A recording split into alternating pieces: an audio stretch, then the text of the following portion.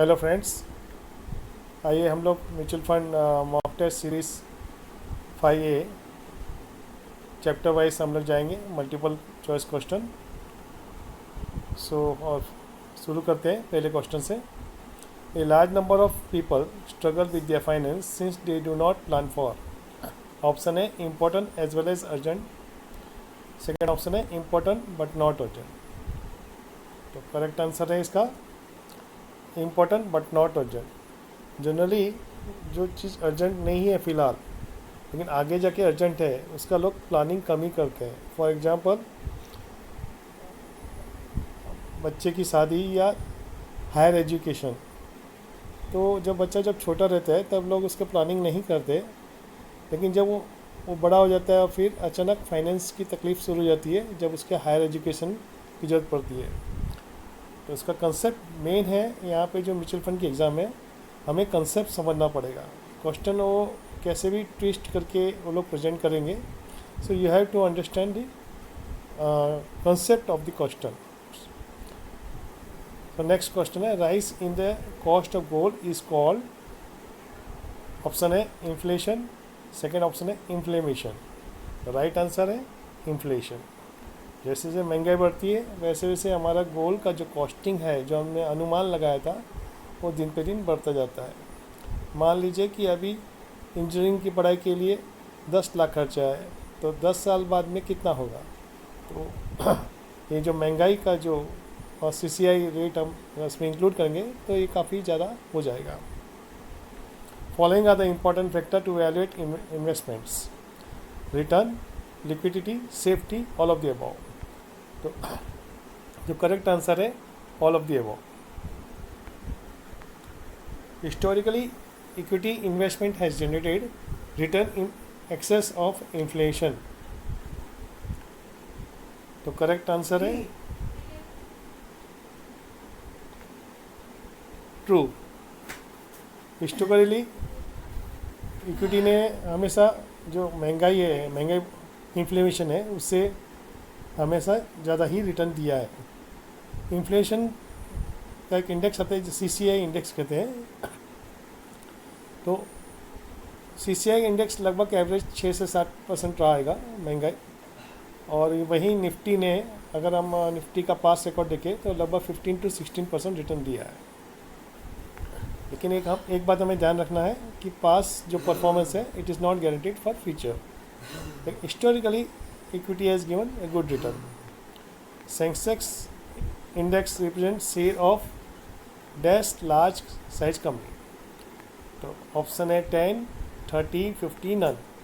So the right answer is 30। जो 30 बड़ी जो लार्ज कंपनी है, उससे सेंसेक्स रिप्रेजेंट होता है। नेक्स्ट क्वेश्चन है, investment in equity, real estate and commodity is an owner of the asset, whereas investor in the bond has lent money to someone. तो true और फॉल्स? आंसर है true. जब हम equity, real estate, commodity में निवेश करते हैं तो उसका हमें पार्ट ओनरशिप मिलता है, जितना हमने निवेश किया उतना। लेकिन जब हम कोई बॉन्ड या डिबेंचर लेते हैं तो एक तरह से हमने उस कंपनी को मनी लेंड किया है। तो we are not the owner of that part owner of that company. Okay, next question, real rate of return is equal to nominal rate minus inflation rate. True और false? True. Real rate जो होता है वो nominal rate से inflation rate को minus किया जाता है, तभी रियल रेट हमें अचीव होता है। मान लीजिए कि एक म्यूचुअल फंड, मान लीजिए हमने म्यूचुअल फंड के जरिए हमने 12% पर एनम कमाया है, और वहीं CCI यानी कॉस्ट ऑफ इन्फ्लेशन जो है 6% का था। तो हमारा एक्चुअल हमने कितना कमाया, रियल रिटर्न हमको कितना आया, तो 12 - 6 दैट इज इक्वल टू 6। तो हमें रियल रेट हमें वैसे अचीव होता है। अगर नॉमिनल रेट से इन्फ्लेशन को माइनस कर देंगे तो रियल रेट अचीव होता है। There are 2 type of risk to security: market risk and price risk. True और फॉल्स? ट्रू। आंसर है true. The risk specific to the security can be reduced through diversification across unrelated security, but one that is market wide cannot be reduce through diversification. True और false? True. अगर हमें risk reduce करना है unrelated securities में हम invest करके reduce कर सकते हैं. फॉर एग्जांपल हम अलग अलग इंडेक्स में अलग अलग सेक्टर की कंपनी रहती है, तो एक index is a well diversified portfolio.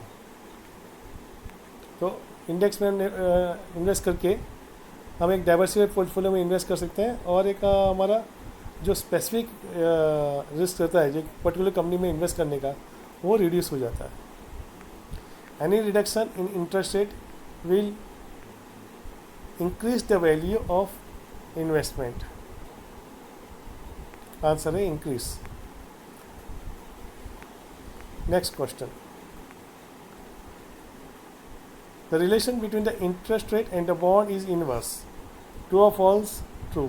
जैसे ऊपर हमने देखा था ऊपर के क्वेश्चन में कि जैसे इंटरेस्ट रेट अगर कम होता है तो डेब्ट पोर्टफोलियो का वैल्यू बढ़ जाता है, और वैसा वर्सा. तो उसका जो रिलेशन है वो इन्वर्स है. जैसे अगर आरबीआई अगर जो रेपो रेट अनाउंस करती है, अगर इंटरेस्ट रेट बढ़ता है तो बॉन्ड का वैल्यू कम हो जाता है. अगर इंटरेस्ट रेट डाउन होता है तो बॉन्ड का वैल्यू बढ़ जाता है, ट्रेडेबल बॉन्ड का value. Next question. Interest rate varies for the bond with different maturity. True और फॉल्स? ट्रू. जितनी लॉन्ग मैच्योरिटी उतना वॉलेटाइल ज़्यादा रहेगा, शॉर्ट मैच्योरिटी में वॉलेटिलिटी कम रहेगा. Next question. Long maturity will witness higher price fluctuation in comparison to shorter maturity. True और false? True. जैसे मैंने आपको पहले ही बता चुका हूँ, जो लॉन्ग मैच्योरिटी बॉन्ड रहेंगे उसमें फ्लक्चुएशन ज़्यादा रहेंगे, प्राइस फ्लक्चुएशन ज़्यादा रहेंगे बॉन्ड के, जो tradable bond. Before managing risk the risk has to be measure और इग्नोर. तो what is the right answer? The right answer is measure. Next question.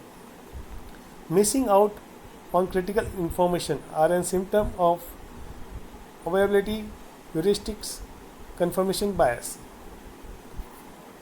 The correct answer is availability, heuristic.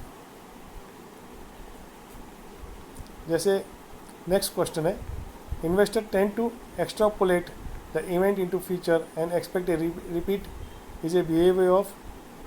Option है recency bias और confidence. तो right answer is recency bias. इसमें क्या होता है कि इन्वेस्टर्स होता है कि अभी जैसे मार्केट ने बिहेव किया है, सिमिलरली वो आगे भी वैसे बिहेव करते हैं, तो उस एजम्पशंस पे वो अपना पोजीशन मार्केट में क्रिएट करता है. तो इस बायस को रिसेंसी बायस कहते हैं.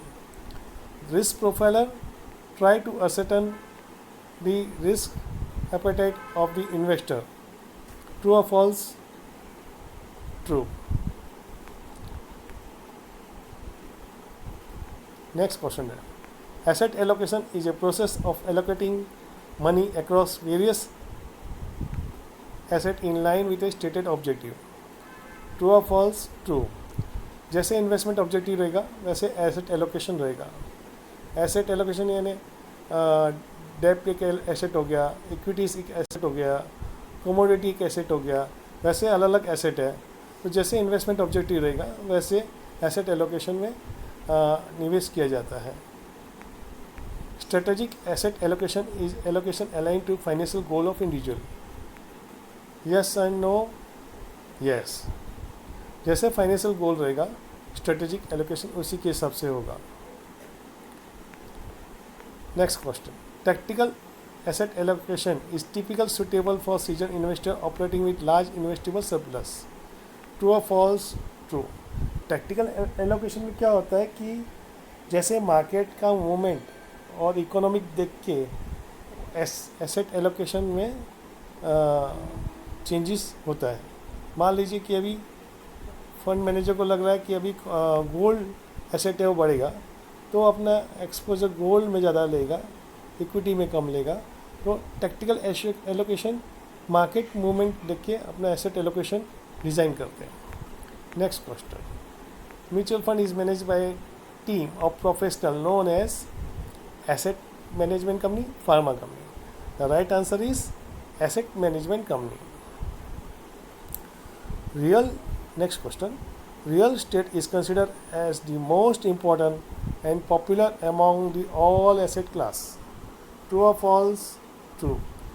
Real estate most important and popular among all asset class है. ठीक है. Next question. In case of failure of a economy और a currency, which asset is considered to be final shelter? Shares, gold. जब economic की condition ख़राब रहती है, currency down हो जाता है, तो ऐसे कंडीशन नेचुरली शेयर्स तो डाउन होने वाला ही है. तो गोल्ड है, that is a international asset, right, और स्टैंडर्डाइज एसेट भी है. तो गोल्ड वो that is a final shelter. Saving preceded investing. अगर आप कुछ बचत करोगे तो निवेश कर पाओगे ना. अगर बचत ही नहीं होगा तो निवेश कैसे कर पाओगे? तो तो correct answer is true. The first step in goal setting is identifying the dash in the life. Money, event और money. Right answer is event. तो फर्स्ट गोल सेटिंग के लिए आपको पहले इवेंट को आइडेंटिफाई करना पड़ता है. मान लीजिए कि आज से 20 साल बाद में डॉटर की शादी करनी है, तो दैट इज ए इवेंट. आज से 10 साल बाद में लड़के को हायर एजुकेशन कराना है, दैट इज़ ए इवेंट. आज से 5 साल बाद में होम लोन या होम लोन के लिए अप्लाई करना है, दैट इज़ एन इवेंट. तो इनिशियल अमाउंट के लिए अभी से फंड क्रिएट करना है. But the first step in goal setting is to identify the event. This are the events. But winning a lottery is not an event. Next question. Accumulation is a part of retirement planning. True और false? True. Retirement planning को 2 भागों में बांटा सकते हैं, accumulation, distribution. तो पहले के पार्ट में एक्यूमुलेशन होता है, और जब रिटायरमेंट आता है तभी डिस्ट्रीब्यूशन, रिटायरमेंट के नज़दीक में डिस्ट्रीब्यूशन पार्ट होता है. Financial goal means to assign amount and time line to investment objective. True और फॉल्स? Answer is true. जब कोई फाइनेंशियल गोल होता है तो उसे हमें एक अमाउंट भी असाइन करना पड़ता है, एक टाइम भी असाइन करता है. जैसे मैंने आपको बताया था कि डॉटर की शादी 20 साल बाद में है, अभी डॉटर 2 साल की है, 3 साल की है फॉर एग्जांपल. तो 20 साल बाद में उसकी शादी के लिए एक अमाउंट हमें अभी से एक म्यूचुअल फंड में निवेश करना है SIP के तौर पे. तो यहाँ पे टाइमलाइन क्या हो गया? 20 ईयर्स. अमाउंट हमें कुछ भी फॉर एग्जाम्पल 500 से लेकर 1000 रुपये तक हमने एक असाइन कर दिया कि I will invest every month 500 to 1000 rupees for my daughter marriage goal. Okay. तो ये 2 चीज़ फाइनेंशियल गोल में असाइन होता है, अमाउंट एंड टाइमलाइन. सो यहाँ पे फ्रेंड्स फर्स्ट चैप्टर का हमने क्वेश्चन सब कवर किए हैं. अभी हम इसे सबमिट करते हैं और देखते हैं हमारे कितने क्वेश्चन राइट है.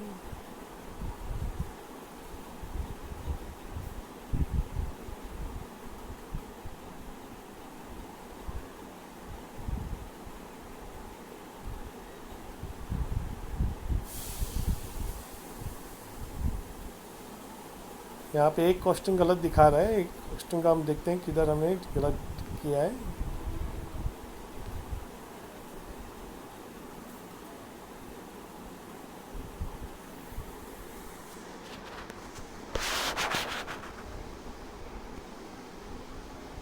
जो लास्ट वाला क्वेश्चन है बाय मिस्टेक हमने फॉल्स पे क्लिक किया है. तो that is the right answer is true. Financial goal means to assign the amount and timeline to investment objective. So the correct answer is 2.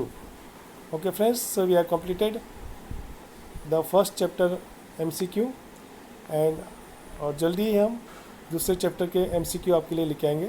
Thank you very much.